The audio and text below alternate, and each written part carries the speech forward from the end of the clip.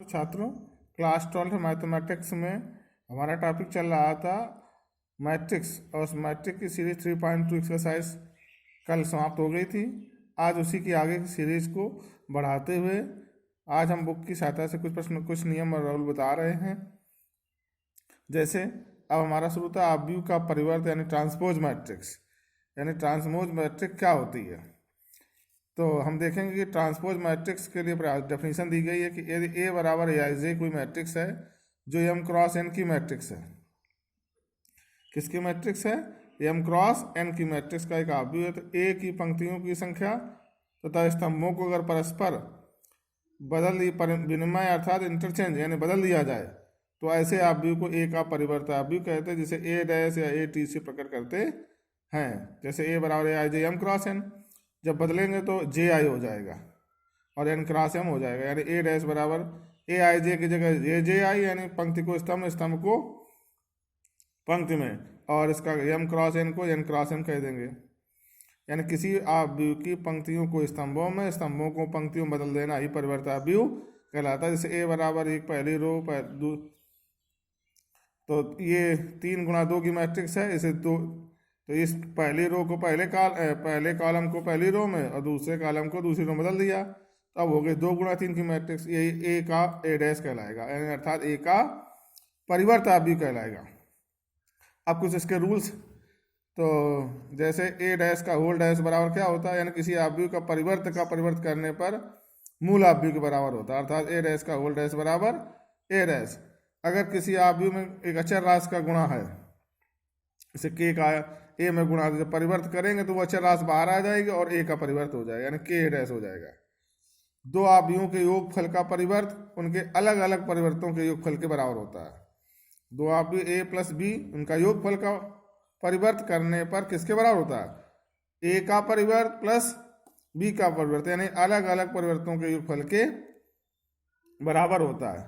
और ये मुख्य रूप से एक सूत्र ये इसका प्रयोग हो जाता है, ए बी का होल डैश बराबर बी डैश ए डैश, यानी ए डॉट बी करेंगे, उसका जो डैश आएगा वो बी डैश ए डैश के बराबर होगा।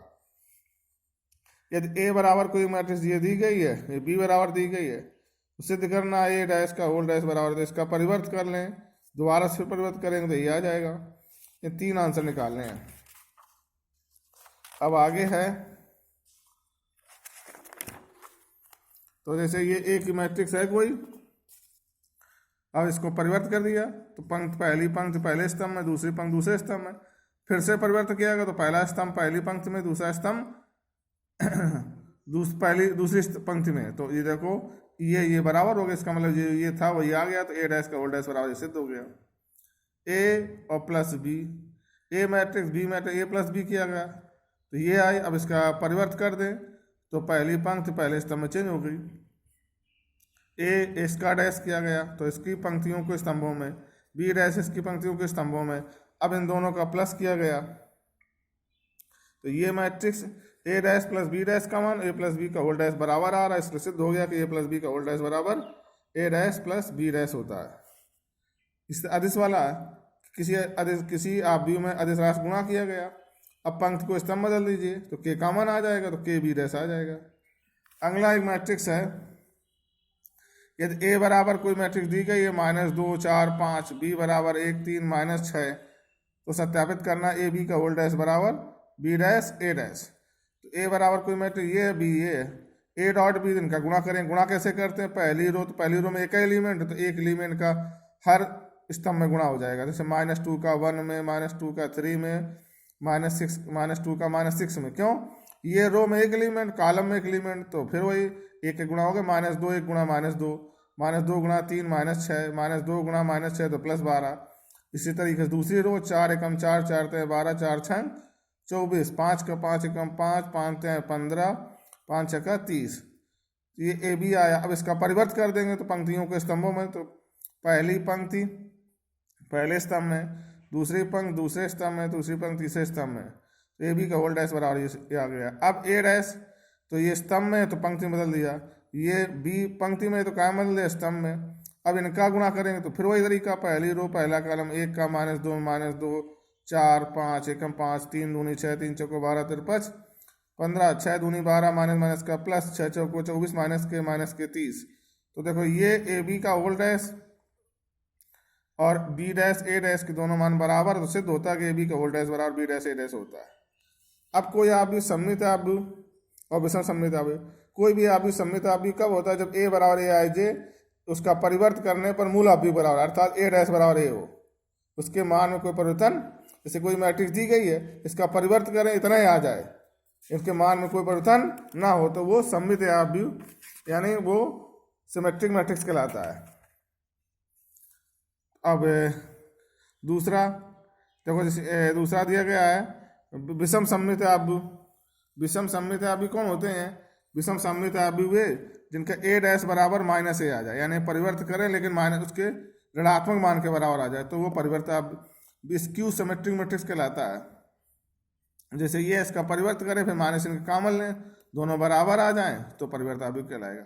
अब एक थ्योरम है कि वास्तविक अवयवों वाले किसी वर्ग आव्यूह का ए प्लस ए डैश एक सममित आव्यूह है। निश्चित रूप से एक किसी आव्यूह और उसके परिवर्त का योगफल सममित होता है, और किसी आव्यूह उसके परिवर्त का अंतर विषम सममित होता है। किसी आव्यूह और उसके परिवर्त का योगफल सममित होता है, और उसके परिवर्त आव्यूह और परिवर्त का अंतर विषम सममित होता है। ये थ्योरम उसी को सिद्ध करके बताएगा कि बी बराबर अगर मान लिया जाए ए प्लस ए डैश है, तो बी डैश बराबर ए प्लस ए का होल डैश। अलग अलग करेंगे तो हमें पता है कि ए प्लस बी का होल डैश बराबर A dash plus B dash होता है, तो ए डैश और ए डैश का होल डैश, तो ये बराबर 1 हो जाएगा।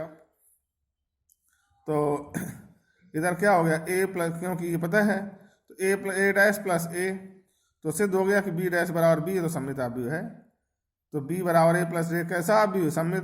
अब अंतर वाले कर सिद्ध करना, सी बराबर ए माइनस ए का होल डैश, फिर परिवर्त कर दिया, सी डैश बराबर ए माइनस ए का होल डैश बराबर ए डैश का होल डैश, तो ए डैश और ए डैश का होल डैश बराबर ए के है, और अगर हम माइनस इन कॉमन लेंगे तो ए आगे आ जाएगा, ए डैश पीछे चला जाएगा, और ए माइनस ए डैश बराबर में क्या माना था? सी, तो माइनस सी आ गया। अब सी बराबर माइनस सी, सी डैश बराबर माइनस सी है, इसलिए विषम सममित आव्यूह है। तो हम कह सकते हैं कि ए प्लस ए डैश का होल डैश बराबर सममित होता है, ए माइनस ए डैश का होल डैश विषम सममित आव्यूह होता है। अगली प्रमेय है किसी वर्ग आव्यूह के सममित विषम सममित आव्यूह को योगफल के रूप में व्यक्त किया जा सकता है। यानी कोई आव्यूह को सममित और विषम सममित आव्यूहों के योगफल के रूप में व्यक्त कर सकते हैं, अर्थात ए बराबर 1/2 ए प्लस ए डैश और 1/2 ए माइनस ए डैश, क्योंकि 1/2 अगर कॉमन ले लेंगे तो ए 2a आ जाएगा और माइनस ए से कट जाएगा, तो ए बराबर ए हो जाएगा।